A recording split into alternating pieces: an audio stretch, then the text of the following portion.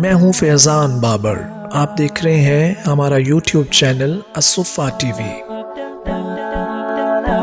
دوستو، کیا آپ نے کبھی سوچا کہ ایروپلینز ایک جگہ سے دوسری جگہ اسٹریٹ لائن میں پرواز کیوں نہیں کرتے؟ فضا میں اڑنے کے باوجود انہیں کون سی رکاوٹوں کا سامنا ہے؟ جی بالکل، اس کی بہت ساری وجوہات ہیں۔ ان میں کچھ عام ہیں اور کچھ کی وضاحت کرنا مشکل ہے۔ چلیں شروع کرتے ہیں اپنا کاؤنٹ ڈاؤن۔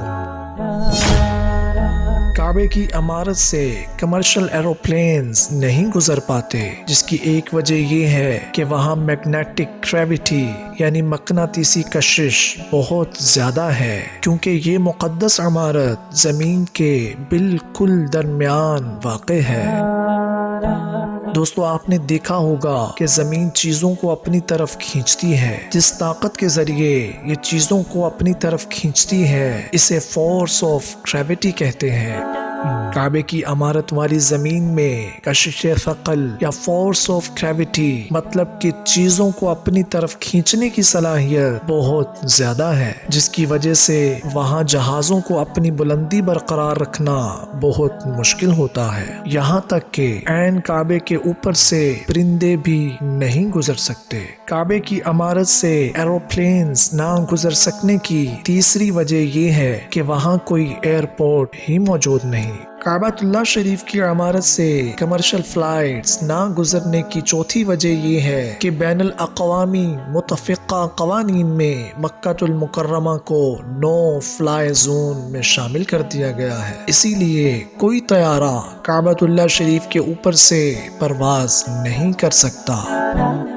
میٹرو پیرو 2006 میں اس جگہ سے کمرشل فلائٹس کے گزرنے پر پابندی لگا دی گئی ہے۔ اس جگہ کی حکومت کسی بھی ایروپلین کو اس اہم ترین تاریخی جگہ کے قریب سے پرواز کرنے کی بھی اجازت نہیں دیتی۔ اس کی ایک وجہ اس علاقے کی تاریخی اہمیت ہے، جبکہ دوسری وجہ اس کے ارد گرد موجود نایاب جنگلی جانور ہیں۔ حکومت کا یہ کہنا ہے ممکن ہے اس تاریخی جگہ پر کوئی طیارہ گر کر تباہ ہو جائے اور اس تاریخی جگہ کا ناقابل تلافی نقصان ہو جائے، اور یہاں تک کہ اگر یہ آس پاس کے جنگل میں بھی گر کر تباہ ہوتا ہے تو جنگلات میں آگ لگنے سے بھی اس جگہ اور جانوروں کو نقصان پہنچ سکتا ہے۔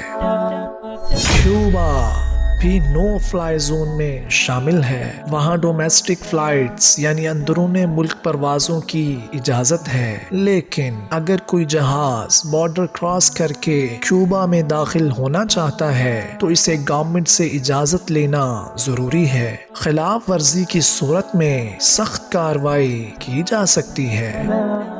اسلام آباد میں اگرچہ انٹرنیشنل ایئرپورٹ موجود ہے، مگر اس کا شمال مشرقی حصہ جو کہ کانسٹیٹیوشن ایونیو کے ساتھ ہے، اسے نو فلائی زون میں شامل کر دیا گیا ہے۔ یہ اسلام آباد کی وہ جگہ ہے جہاں بہت ساری سرکاری عمارتیں واقع ہیں۔ نو فلائی زون میں اڑان بھرنے والے کو پہلے شائستگی سے روانہ ہونے کے لیے کہا جائے گا، نظر انداز کرنے کی صورت میں اسے سخت نتائج کا سامنا کرنا ہوگا۔ روس کے کیپٹل ماسکو سے تمام پروازوں پر 1960 سے 2013 تک پابندی عائد تھی، لیکن ایک نیا قانون جاری کیا گیا تھا جس کے نتیجے میں کمرشل فلائٹس وہاں سے گزر سکتی ہیں، مگر ان کی بلندی 26,500 فٹ سے کم نہیں ہونی چاہیے۔ سری لنکا اگرچہ مکمل طور پر نو فلائی زون میں شامل نہیں، لیکن اس کے اکثر حصے کو پروہیبٹڈ اور ریسٹرکٹڈ ایریاز میں ڈیوائیڈ کیا گیا ہے۔ یہی وجہ ہے اس ملک سے پرواز کرنے کے لیے ایروپلینز کو اسپیشل پرمیشن لینا پڑتی ہے۔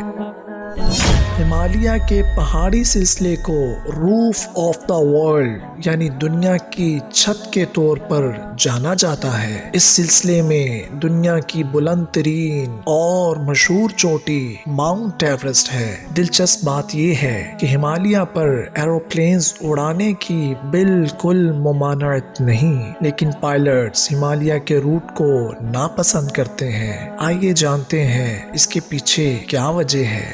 ایمرجنسی کی صورت میں ایروپلینز کو اپنی بلندی کم کرنا پڑتی ہے۔ اس دوران جہاز میں موجود مسافروں کو آکسیجن ماسک کے ذریعے 15 سے 20 منٹ تک آکسیجن دی جا سکتی ہے۔ اسی کے بیچ میں پائلٹ کوشش کرتا ہے کہ فلائٹ کو کم از کم 10,000 فٹ کی اونچائی تک نیچے لے آئے، کیونکہ یہ وہ بلندی ہے جہاں ایک شخص عام طور پر سانس لے سکتا ہے، مگر ہمالیہ کے یہ پہاڑ 10,000 فٹ سے بھی بلند ہے۔ تو اگر جہاز کو ہمالیہ پر ایمرجنسی لینڈنگ کرنا ہو تو اسے مشکل صورتحال کا سامنا کرنا ہوگا، کیونکہ یہاں فلیٹ ایریاز موجود نہیں، لہٰذا ہمالیہ کے پہاڑی سلسلے پر فلائی کرنا خطرے سے خالی۔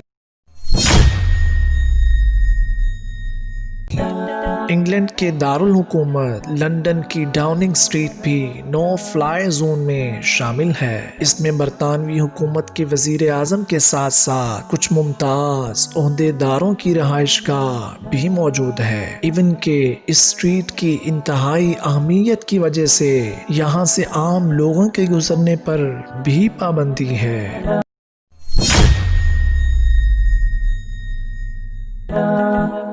اور فائنلی ہمارے گھر کا کچن بھی نو فلائی زون میں شامل ہے۔ اگر کوئی مکھی اس محدود فضائی حدود کی خلاف ورزی کرتی ہے تو پھر ہم اسے اپنے فلائی سوائٹر کے ذریعے نیچے لانے پر مجبور ہو جاتے ہیں۔